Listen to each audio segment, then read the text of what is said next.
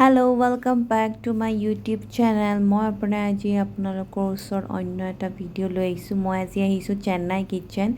এই কিটচেনখন আছে GS road খ্ৰীষ্টান বস্তি।